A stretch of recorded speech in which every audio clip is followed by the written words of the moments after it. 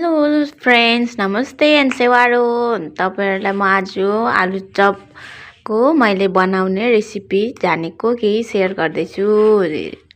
मैले यहाँ आलु बोइल गरेर राखिसकेको छु र यता प्याज, धनियाँ, हरियो खोर्सानीलाई मैले काटेर राखिदिइसकेको छु।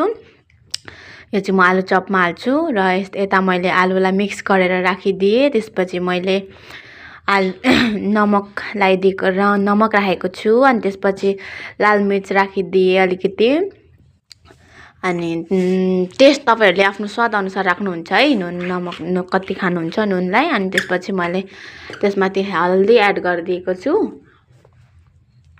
अनि त्यसपछि मैले त्यसमाथिबाट प्याज राखिदिएँ। प्याज राखेपछि त्यसपछि मैले राखिदिएको छु यहीमा अनि हरियो खोर्सानी पछि मैले राखिदिएको छु धनियाँ पत्ता र यो सबलाई म अहिले मिक्स गर्छु। यो सब राखेर म मिक्स गर्छु। त्यसपछि यसको डो रेडी हुन्छ बनेर।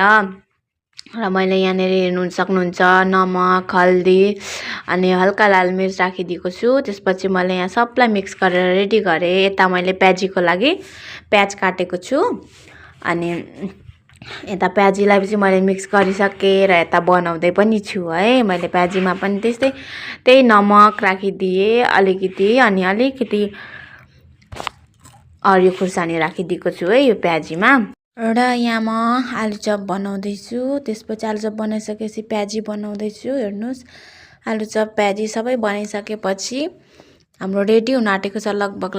अब यो लास्टै हो, प्याजी यो बनिसक्छ। त्यसपछि हामी यता खानालाई सब मैले राखिसकेको छु र यहाँ हामीले आलुचप प्याजी चिया खाँदैछौँ। हजुरहरूलाई के कस्तो लाग्यो आफ्नो राय दिन सक्नुहुन्छ। आजलाई यति नै। Thank you for watching.